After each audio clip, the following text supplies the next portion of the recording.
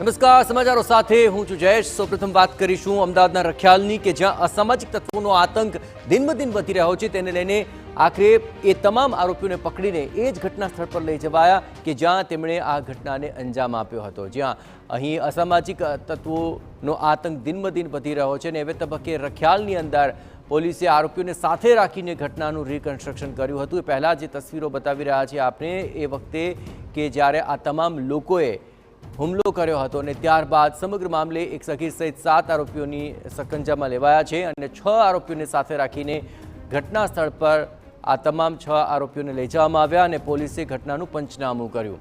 અંગત અદાવતમાં આ આરોપીઓએ હિંસક હુમલો કર્યો હતો।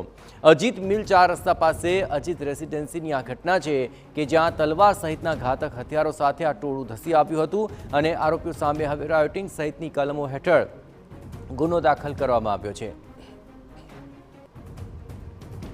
તો જૂની અદાવતમાં હુમલો કરાયો હોવાનો ખુલાસો થયો છે, જ્યાં અજીત રેસિડેન્સી ખાતે રહેતા સલમાન ખાન પઠાણને સુંદરનગરમાં પણ મકાન છે।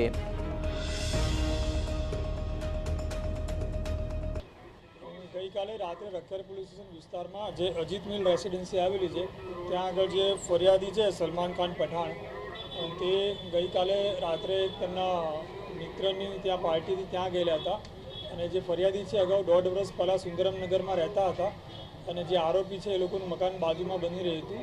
એ દરમિયાન જે આરોપી અને ફરિયાદી વચ્ચે જે આરોપીનું મકાન બનતું હતું એ બાબતે લઈને ત્યાં અગાઉ 1 વર્ષ પહેલાં ઝઘડો થયેલો હતો, જેની અદાવત રાખીને ગઈકાલે જે ફકીમ સિદ્દીકી, અફવાન સિદ્દીકી અને તેના બીજા 10 ઓળખીતા માણસો દ્વારા જે ફરિયાદી છે ફરિયાદીને ત્યાં પાર્ટીમાંથી બહાર નીકળ્યા બાદ એના જોડે મારામારી કરવામાં આવેલી હતી। ત્યારબાદ ફરિયાદી છે ભાગતો ભાગતો પોતાના ઘરે આવી ગયો હતો અને ત્યારબાદ એના ઘરે આવીને જે આરોપીઓ છે આરોપીઓએ હાથમાં ચપ્પુ અને તલવાર લઈને તેના ઘર ઉપર હુમલો કરેલો હતો।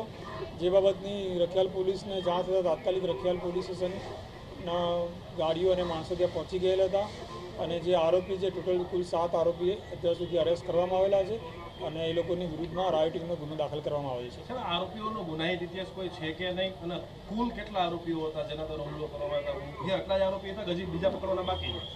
કુલ બીજા 6 અજાણ્યા ઇસમો ફરિયાદી દ્વારા ફરિયાદમાં લખાવાયેલા આવેલા છે। જે આરોપી પકડેલા છે તેમની પૂછપરછ કરીને અન્ય 6 આરોપી કોણ હતા તેની વિગતો મેળવીને એ લોકોની ધરપકડ કરવામાં આવશે અને જે ફરિયાદી જે આરોપીઓ છે એ લોકો જે અગાઉ 1 વર્ષ પહેલાં એ લોકો સુંદરમનગરમાં રહેતા હતા ત્યારે આ ફરિયાદી જોડે એ લોકોને મકાન બાબતે બોલાચાલી થયેલી હતી, તે બાબતને એ લોકોની વિરુદ્ધમાં એપ્રિલ 2024માં ગુનો દાખલ થયેલો હતો। સાહેબ, જો પોલીસ સમયસર ન પહોંચતી તો કદાચ બની શકે છે હત્યાનો બનાવ બની જતો, તો પોલીસ સમયસર પહોંચીને આખા પરિસ્થિતિને કાબૂમાં લઈ કહી શકે?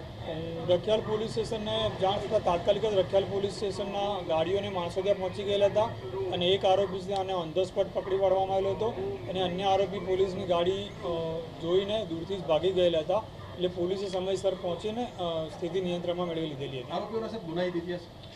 આરોપીઓના અગાઉ 1 વર્ષ પહેલાં એમની વિરુદ્ધમાં એક મારામારીનો ગુનો નોંધાયેલો છે અને એ સિવાય અન્ય કોઈ પોલીસ સ્ટેશનમાં કે અન્ય કોઈ વિસ્તારમાં એમની વિરુદ્ધમાં ગુના છે કે કેમ તેની તપાસ ચાલુ છે। આગળની તપાસ સાહેબ આપણે કઈ દિશામાં અને કેવા પ્રકારની ફરી વખત બનાવ ન બને એ માટે કરીશું? અગાઉ જે પણ આરોપી છે આરોપીનું જે સુંદરમનગરમાં મકાન છે, મકાન લીગલ છે કે ઇલીગલ છે તે ચેક કરવામાં આવશે અને જો ઇલીગલ હશે તો કોર્પોરેશન જોડે રહીને અમે કાર્યવાહી કરવામાં આવશે અને એ સિવાય જે આરોપીના અન્ય કોઈ ગુનાહિત ઇતિહાસ હશે તો તેની વિરુદ્ધમાં પાસા કે તડીપારવા જેવી કાર્યવાહી પણ કરવામાં આવશે। ફરી વખત અદાવતમાં આ લોકો ઉપર કે ભોગ બનનાર ઉપર હુમલો ન થાય તે માટે રખિયાલ પોલીસ શું તાકીદેના પગલાં લેશે? હું રખિયાલ પોલીસ સ્ટેશનમાં જે પણ જે ફરિયાદી છે એ ફરિયાદી જોડે વાતચીત કરવામાં આવેલી હતી। જે છેલ્લા એ લોકોને 1 વર્ષ અગાઉ ઝઘડો થયેલો હતો, ત્યારબાદ છેલ્લા 1 વર્ષમાં ક્યારેય પણ એ લોકો વચ્ચે કોઈ ઝઘડો, મારામારી કે એ લોકોની અરજી કેવું આવેલ નથી અને આવી કોઈપણ ઘટનાની પોલીસ સ્ટેશનમાં કોઈપણ અરજી કે ઘટના થશે તો તાત્કાલિક જ એ લોકોની વિરુદ્ધમાં એક્શન લેવામાં આવશે અને ફરીથી આવી કોઈ ઘટના ના બને તે બાબતે પૂરેપૂરી કાર્યવાહી કરવામાં આવશે। કઈ કલમો હેઠળ ગુનો દાખલ કરાયો છે જેની કાર્યવાહી થઈ શકે? જે આરોપીઓ છે આરોપી વિરુદ્ધમાં રાયોટિંગ વિથ જે એને ઇન્જરી થઈ છે ઇન્જરીના આધારે ગુનો દાખલ કરવામાં આવેલો છે। પોઈન્ટ રાખવામાં આવશે થોડા દિવસો